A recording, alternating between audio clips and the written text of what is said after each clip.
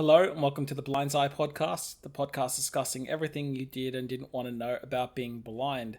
My name is Connor, and today we're going to be talking about traveling and holidays. So, I've done a little bit of traveling, mostly to see family, but I have done a little bit of solo or tour kind of group traveling, and I thought that would be good to go into because some people might think, well, how does that work? How do you go on holidays if you can't see that well?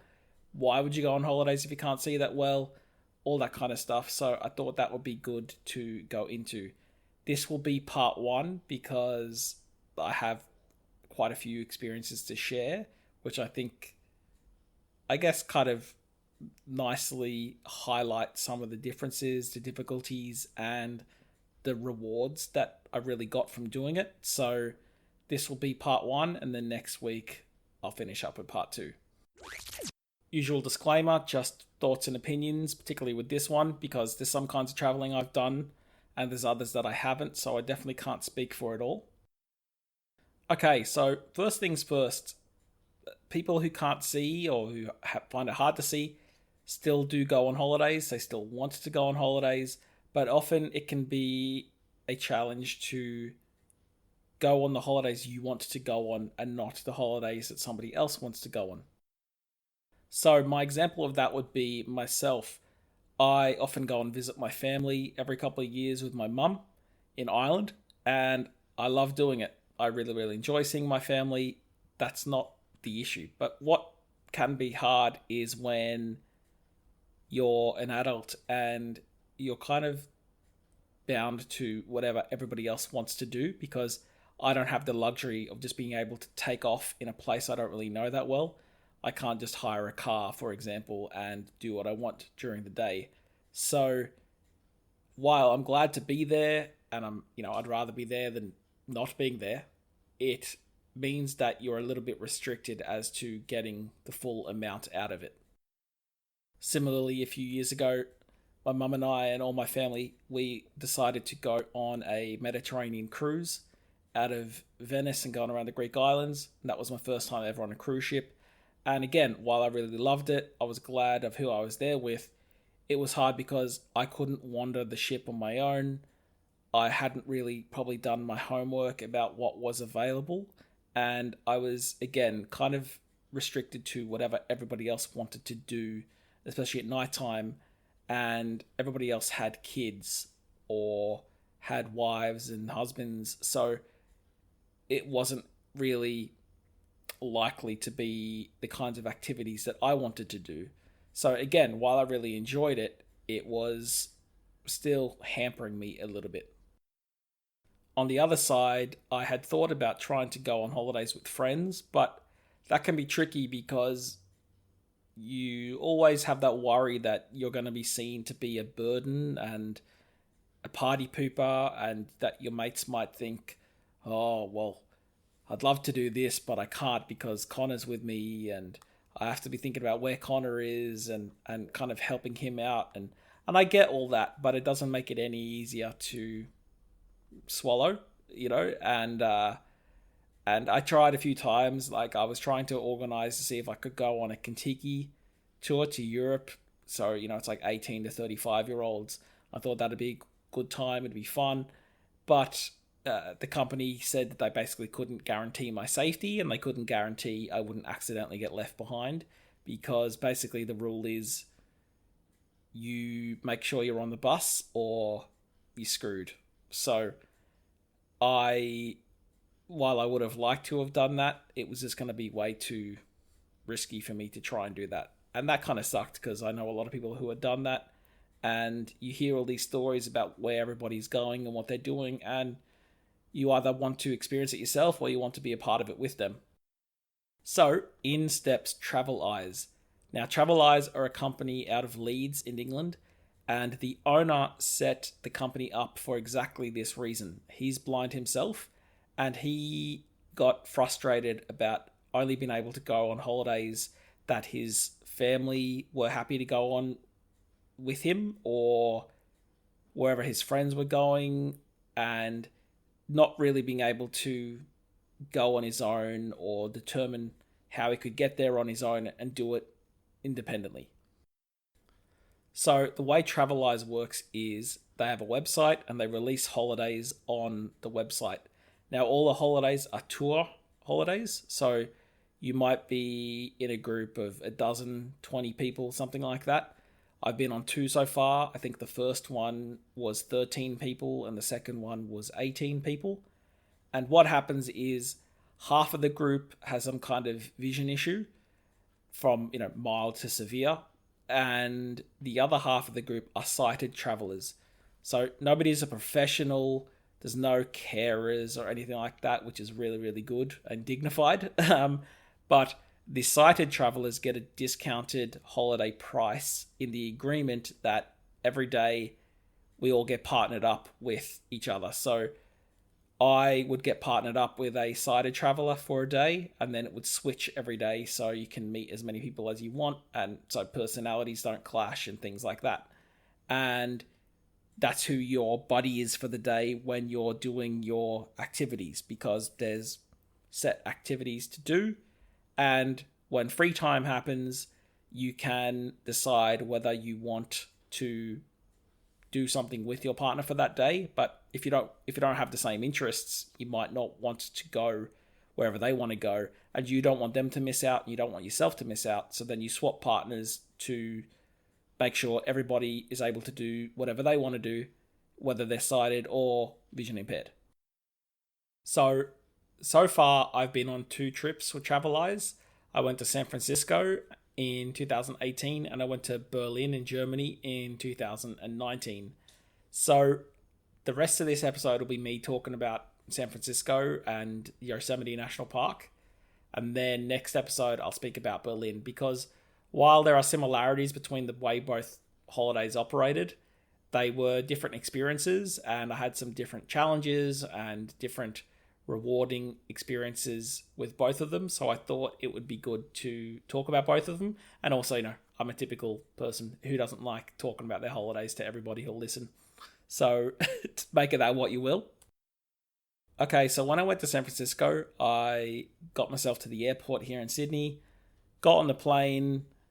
I spoke a little bit about that in some episodes ago about how that all works. And while I was on the plane, I realized that I was actually flying into the wrong airport. So before you leave, the TravelEyes company gives you the details of which airport the main body of travelers is flying into. And because most of them are from Europe, they all tend to leave the same airport in Europe at the same time. Obviously, I wasn't going to go to England to then go to San Francisco, because I'm kind of closer to San Francisco here in Sydney. So they were all flying into Oakland Airport, and I had booked tickets for San Francisco Airport. And I didn't realize they had 2 different airports in San Francisco. One is on the north side of the bay, one is on the south side. So with that being said, I was then flying to an airport where there wasn't going to be anybody there to meet me or to help me out. And there was also a 9-hour time difference in when I was getting in and when they were getting in. So I was going to get there first. And then I realized I was going to have to try and find my way from the airport to the hotel in a city and a country I'd never been in before without, in my mind, getting mugged or, shot or something. So I was worried about that. And luckily enough, I met somebody on the plane, and she said, "Look, I'm going to be going past that hotel on my way home in an Uber. Why don't you just share an Uber with me?" And that was awesome. But, a part of me went, "Oh, is she going to kill me? Is she going to, steal my kidneys or something?" Those are the things that go through your mind. But we got to the airport, and then her and I shared an Uber. She dropped me off out the front of the hotel, and the doorman helped me in, and all was well. So that was kind of my first big challenge, because here I thought everything was going to fall apart, and I was out of my depth, and basically very quickly I realized, look, it's not ideal, but you can make it work. And that was really, really important for me going forward, to realize things might not go the way you want them to, but 9 times out of 10, you can still manage to get them to work out. So with the hotel, I had decided on the website for the holiday that I was happy to share a room with another person because I thought that'd be fun and it'd be good to get to know another person, yada, yada, yada.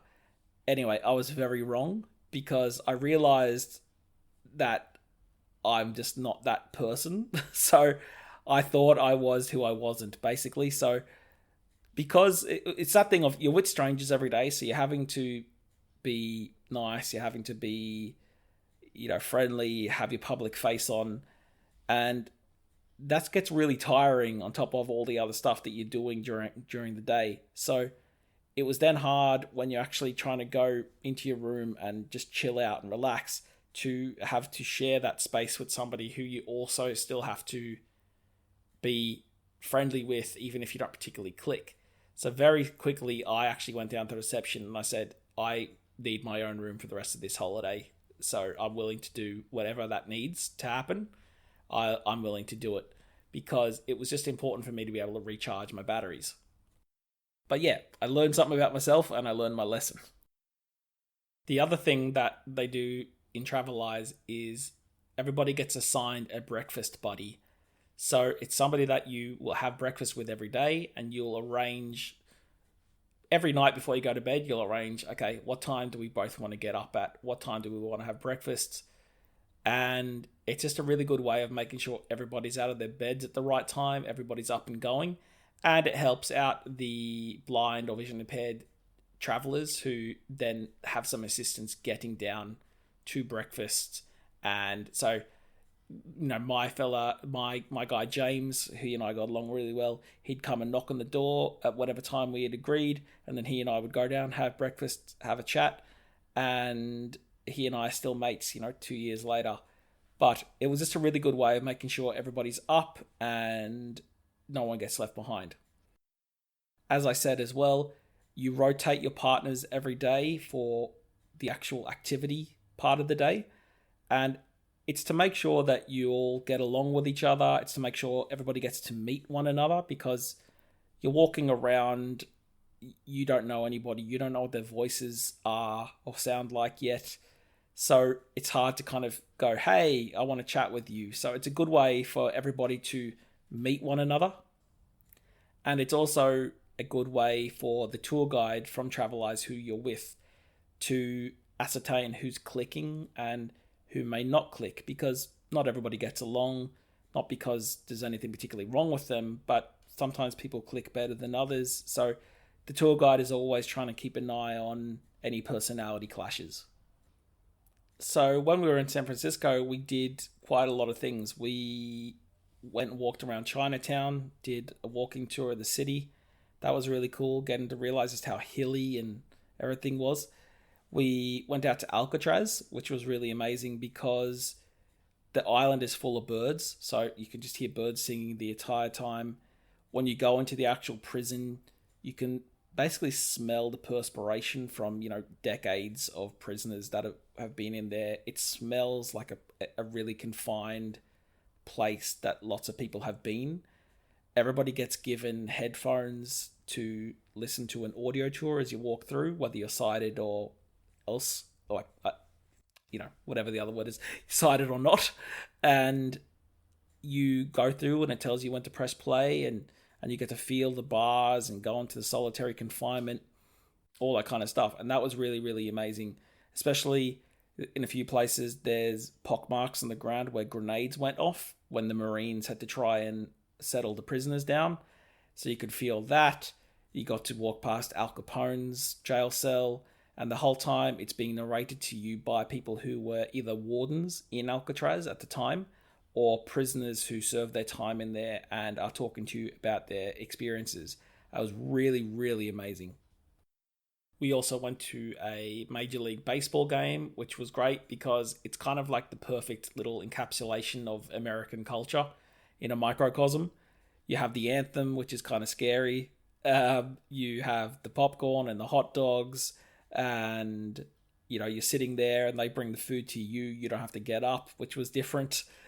You just get the feeling of everything. It's just like a little cultural bubble of everything you thought you knew about America or had seen about America was just right there in front of you at the baseball. And nobody even paid attention to the game. So it didn't even matter that we couldn't see, because it seemed like for 4 hours nobody was even watching the game until the last two pitches, and then everybody got excited. So it was just like a Sunday out for the families. So after a couple more days in San Francisco, we went out to the Sierra Nevada mountains to Yosemite National Park. And I was really hesitant about that because I thought San Francisco will be cool, but what do I want in a national park? I'm not going to be able to see the trees. I'm not going to be able to see the animals. Like, this is going to be pointless. But I was going for the city. So while I'm here, I may as well experience the scenery, even though I didn't think I'd get anything. And I was so glad that I was so wrong. So even when you start driving up into the mountains, you can feel the bus getting colder as the higher you get in altitude. Your ears are popping all the time because I was going up into altitudes I'd never been in before. And you're driving past rapids, like river rapids, because the spring snow is melting, and the rapids are like thunderously loud.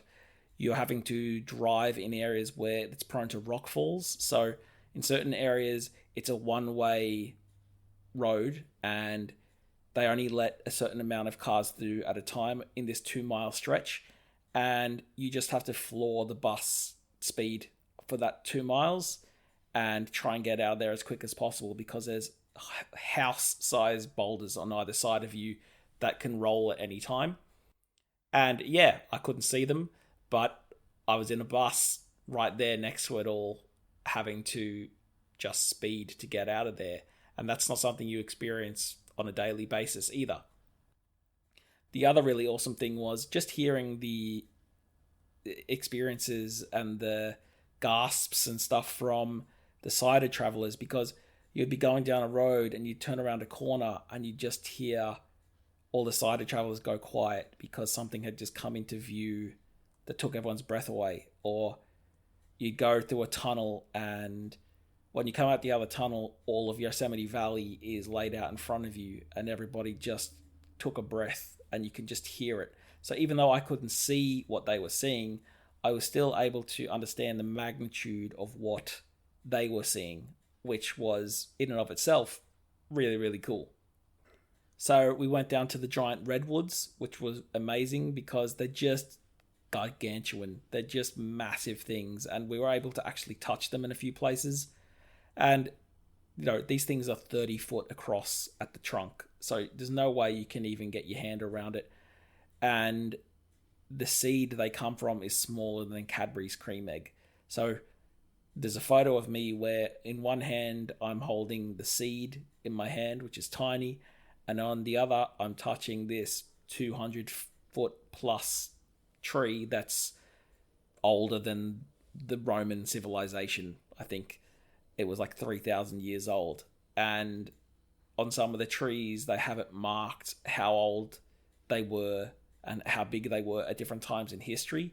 So you're able to kind of get a gist for just how old and massive these things are. And it was just incredible. Like something I just never thought would impact me in the way that it did. Again, there's like another place where one of them had fallen over.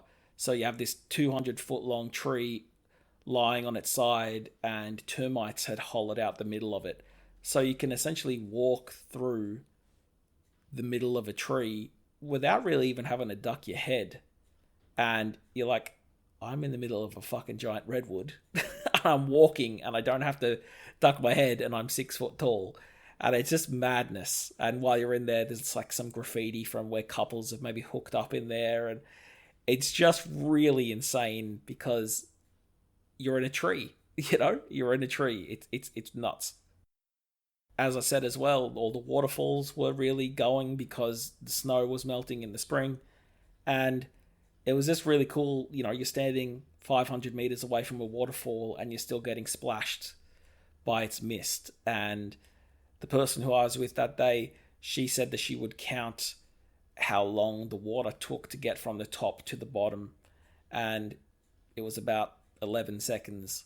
So you were really able to get an idea for just how far the thing had to fall, and meaning just how big it was. So all these kinds of things, yes, again, I couldn't see it, but I was able to experience it in my own way. Especially with the waterfalls, like you're down in a little meadow valley, you're expecting Bambi to run past. It's so peaceful and tranquil. And then at the same time, there's these waterfalls around you and these mountains that are 14,000 foot high, and you can hear them around you. You can hear your voice is down in a dip, even if you can't see it. You can feel that you're surrounded on all sides. So for me, it was really amazing because it was something that I didn't think I'd be able to get anything out of, and I was just so wrong, and I'm so glad that I was so wrong. The thing that really took the cake as well was we went to this place called El Capitan, and El Capitan is the world's biggest solid granite cliff face. It's about 3,000 foot high, and I actually know a fella who's blind who climbed that, and I met him when I was like 17, and when I met him, I thought, my life was over, and I met this dude who was a climber, and I was standing at the foot of it, and I thought, it'd be lovely to see or to understand just how big this thing is. And luckily enough, the sun shone in the right way that day that the granite was able to block out enough of the sun that I was able to see this looming dark mass in front of me. Obviously, I couldn't actually see it, but it blocked out enough of the sun that I was able to get an idea for just how big this thing was. And it was just amazing for me to be sitting at the foot of that going, I know somebody who couldn't see, who climbed this thing. And for whatever reason, everything just came together that day in terms of my light perception and the way the sun was. And I was able to actually go, holy shit, this thing is massive, which was something I never expected to be able to say. So anyway, the holiday wrapped up. We made our way back to San Francisco. Some of us were leaving at the same time, some of us at different times. I was leaving after everybody else from a different airport, and I was kind of panicking about that, wondering, how am I going to get my way home now? They're going to be leaving. How am I going to get my way to the airport? All this kind of stuff. And the bus driver that we had for 6 days by that point, he offered to bring me to the airport and make sure I got to wherever I needed to, because by that point, he was sort of one of the family because he'd been hanging out with us for so long, and that was really amazing of him. He made sure I got to where I needed to go, and he made sure I got to the desk that I needed to get to in the airport, because the airport and the airline were kind of bouncing off each other about who needed to help out with the assistance. Anyway, so he managed to hook me up like 5 hours after everybody left, and got back on the plane and got home in one piece. And I'm just, so glad I went. It was really, really amazing. And the best thing about it is afterwards, TravelEyes sends you a feedback form to basically rate your experience, how it went, things you could have done better, things you maybe would have liked to have done that you didn't do, how the personalities clicked, what the tour guide was like, all this kind of stuff. And they try and take it on board to constantly improve their holidays. So that's the end of part one. Next week, I'm going to be talking about my TravelEyes trip to Berlin, because it was similar in some ways and different in others. So I thought that'll be good to explore. So as always, you can get in touch with the show by emailing blindseyepodcast@gmail.com. That's BLINDSEYE podcast@gmail.com. You can tweet the show at blindseyepod, and you can find me on Facebook if you search for Blindseye Podcast. And I'll be back with part 2 next week. Cheers.